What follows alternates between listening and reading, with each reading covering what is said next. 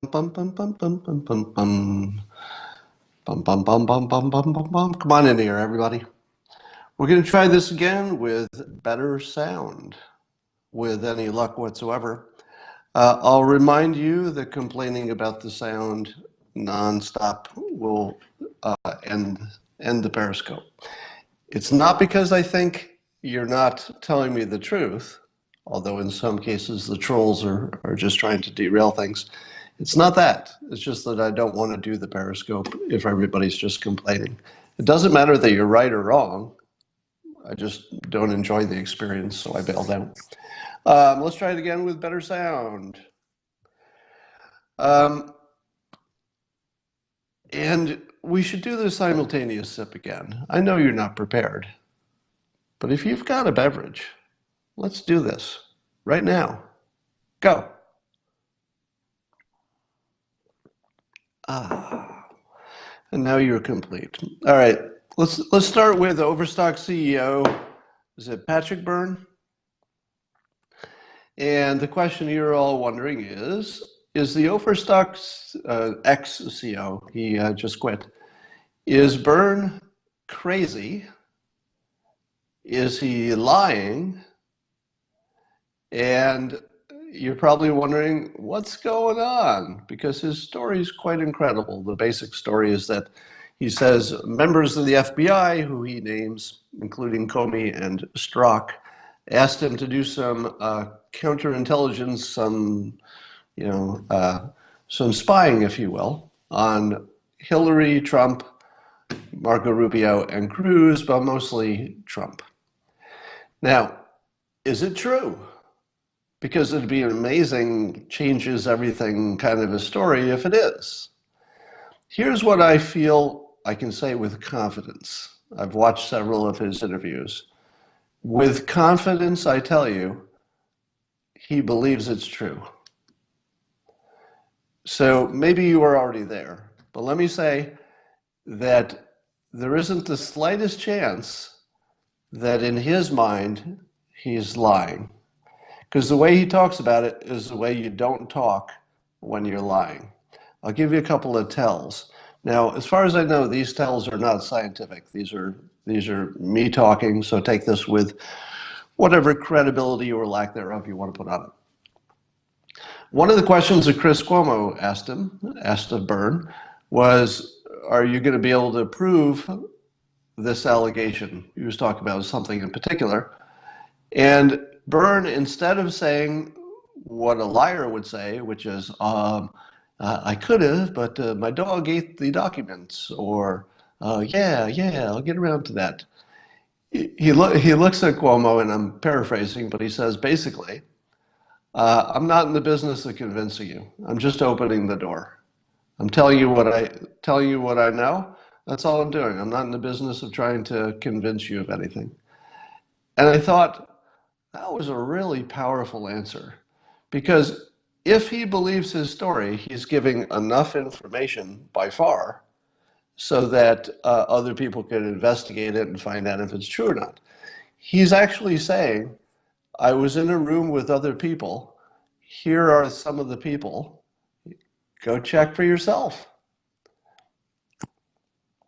So, and yeah, he named Warren Buffett, for example. The Warren Buffett part could be true without the rest of it being true.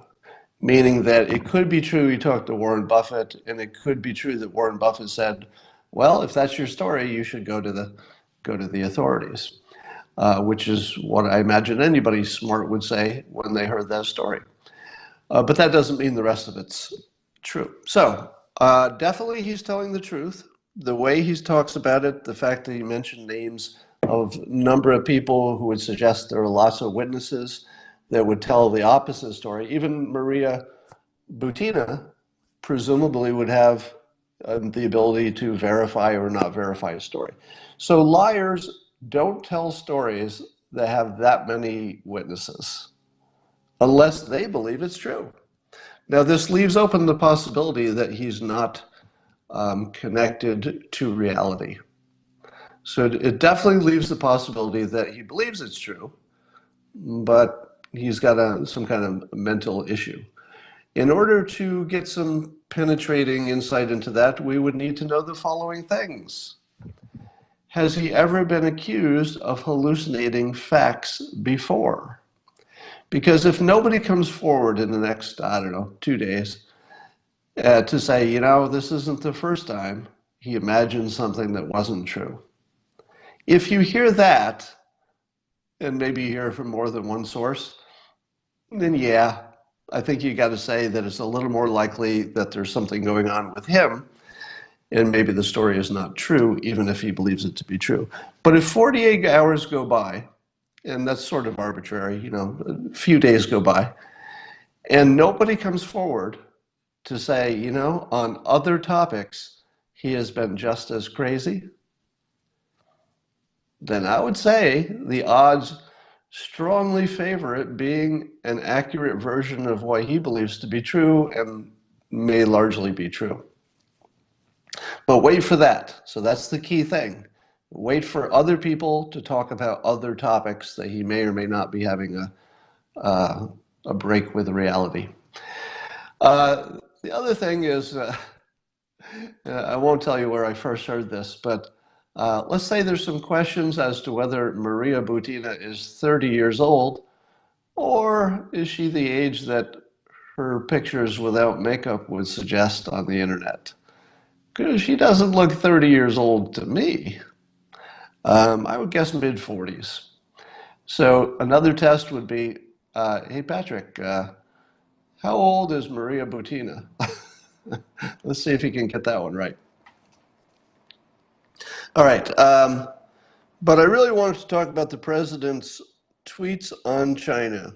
I'm going to read them. They're very long, but I really need to read the whole thing because I'm having kind of a moment with this. Maybe you'll have the same. If you've already seen it, you know what's going to come. But if you haven't, this is really big news. So President tweets just a little bit ago. He said, our country has lost, stupidly, trillions of dollars with China over many years. They have stolen our intellectual property at a rate of hundreds of billions of dollars a year, and they want to continue. I won't let that happen.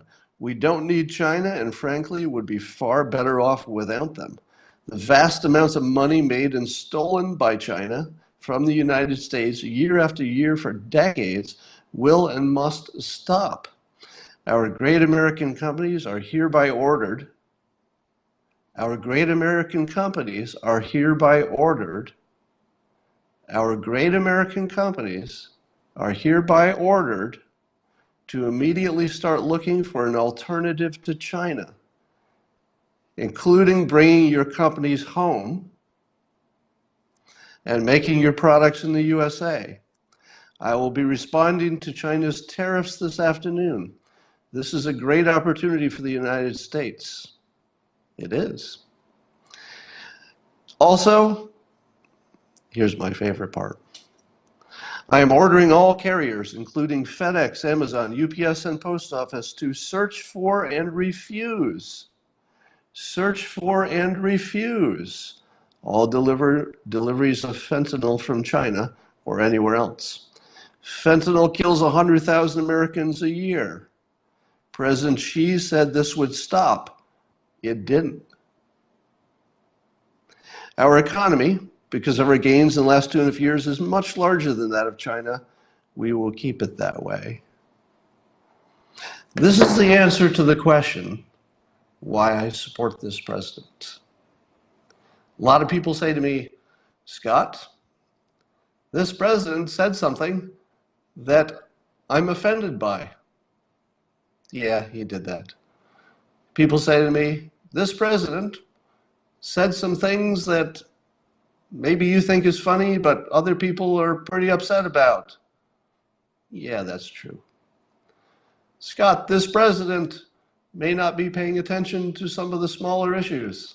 Yeah, that's true.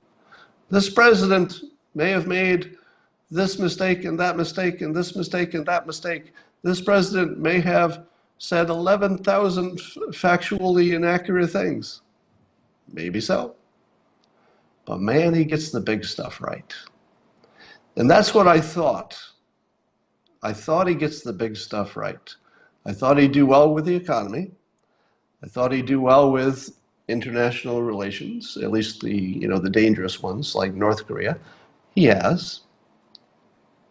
And I thought he would do well on stuff like this, dealing with China. What other president would have said what this president said? He just called President Xi a liar in public, just said they're murdering our people, just shut down their mail stuff to the United States, and just told the citizens of the United States to get behind him. I don't know what it means when he says he's ordering U.S. countries to look at moving their production here. I don't know that that has a real meaning in terms of ordering as in the authority to do it. Maybe, I don't know, maybe in some ways he does, but I don't care. He's speaking to the country as commander-in-chief. It looks like he's speaking to you as, negotiator-in-chief, and certainly that's part of it. But this is commander-in-chief. The 100,000 Americans a year that are killed by fentanyl, that may be an exaggeration, but it's heading in that direction. That's a security problem. That's a military problem. That's a homeland protection problem. This tweet, it's about trade, but it's not about trade. This is commander-in-chief. Commander-in-chief just told the country to mobilize, just like World War II. In this case, mobilizing to pull our resources away from a dangerous, murderous, and let's say, unreliable country. He's asking the country to mobilize. Will they? Will the country listen to their commander-in-chief? Will they understand that this is not an economic request? This is a commander-in-chief request. Request? I don't know, he says he's ordering it.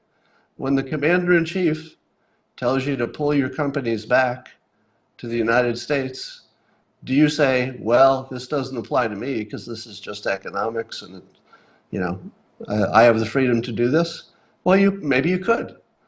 Maybe you could, as an American company, just say, well, I choose not to take this guidance from the president.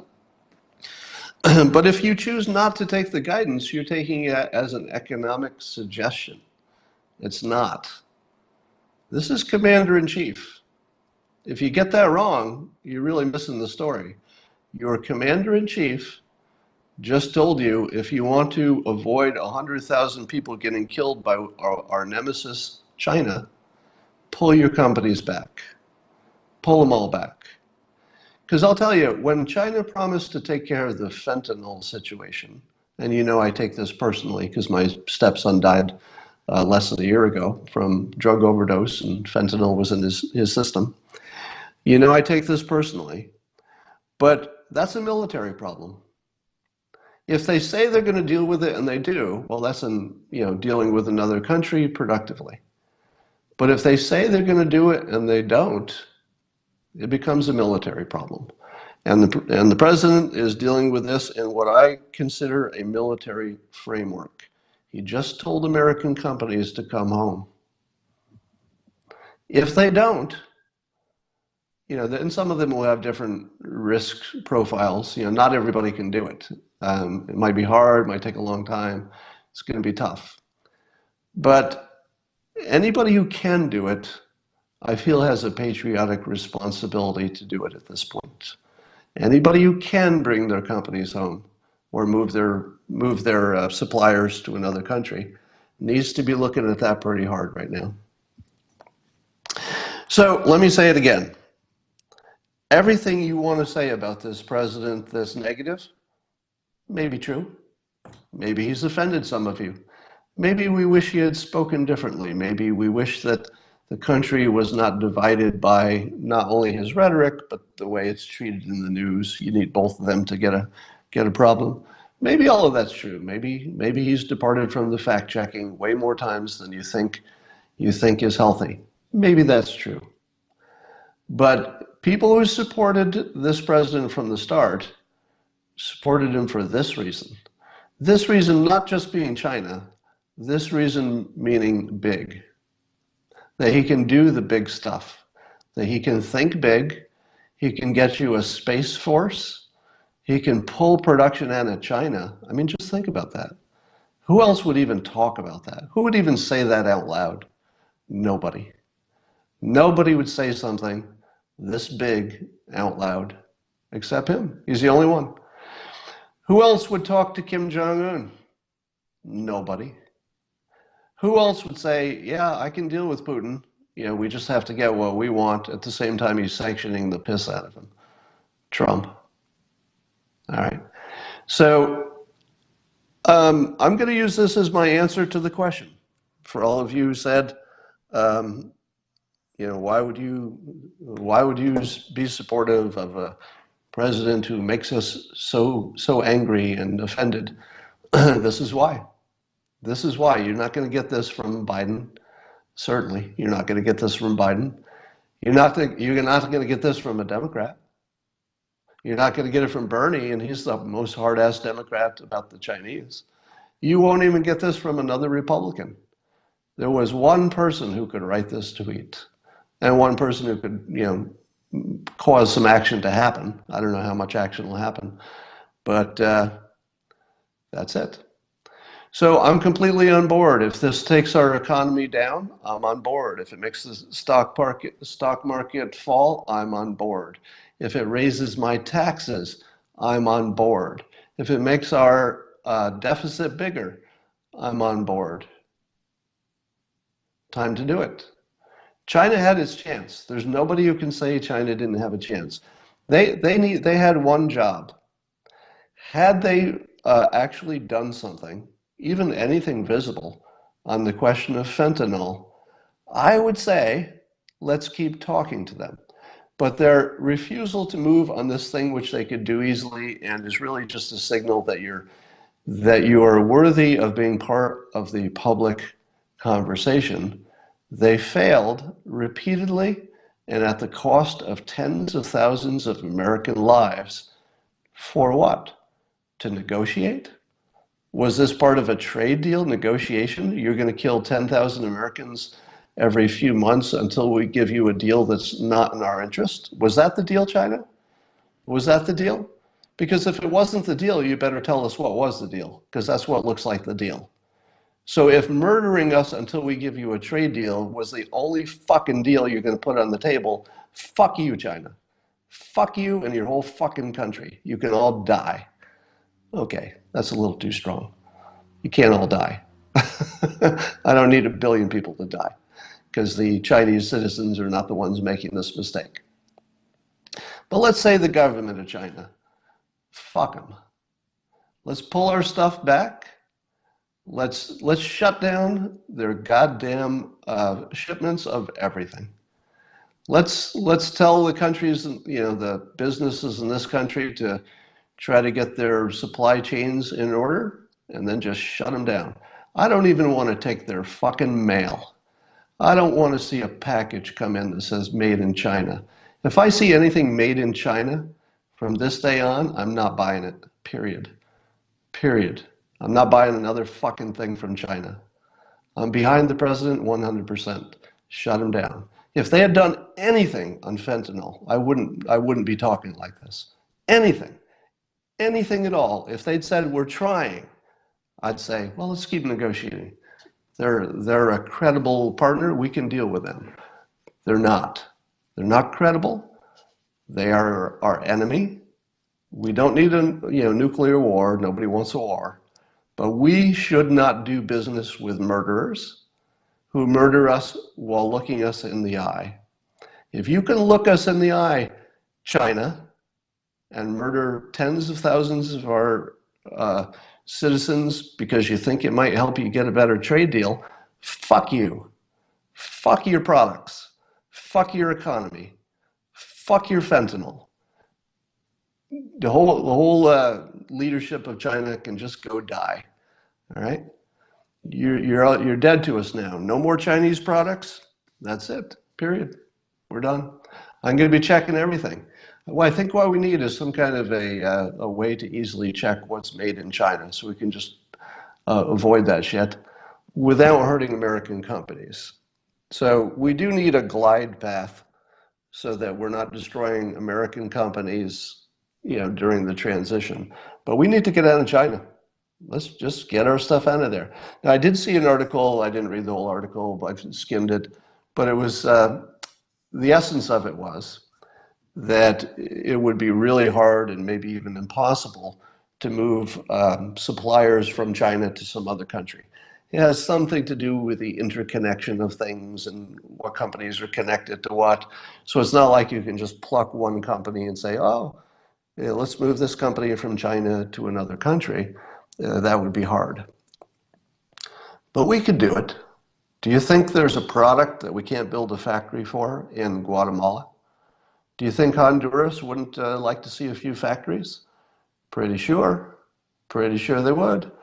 So the president hasn't said this, and maybe this isn't the important part, but whatever we can do to encourage those companies to relocate to this hemisphere, specifically Central America, to absorb some of the employment so that immigration is less of a problem, let's do it.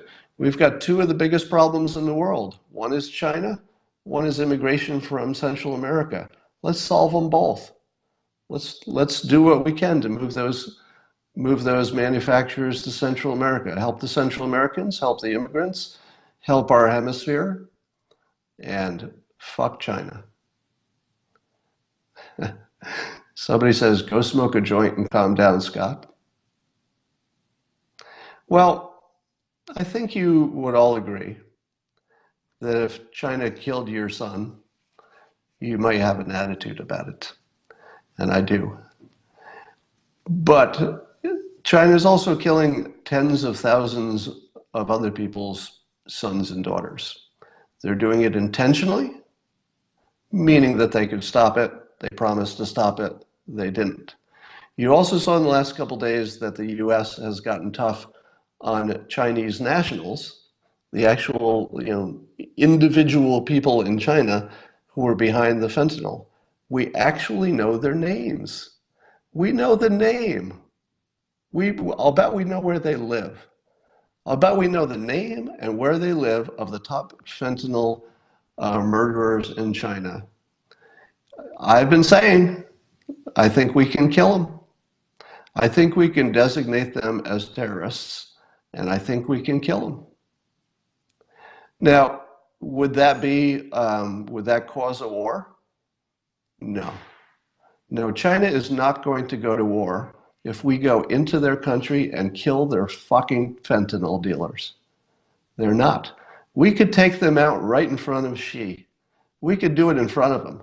We could blow this fucking guy's brains out, this fentanyl dealer in China who's killing tens of thousands of Americans. We could grab him by the hair, hold him in front of Xi, blow his brains out on Xi's fucking carpet, and Xi would not start a war. Because he doesn't give a fuck about that one guy. He doesn't want a war because he'd be dead. So let's go get him. If China doesn't want to get him, that does not clear our responsibility for protecting this country. Let's go kill that guy. We could do that. All right. I probably broke a few laws here, so I think I'll cut it short. I'll talk to you tomorrow.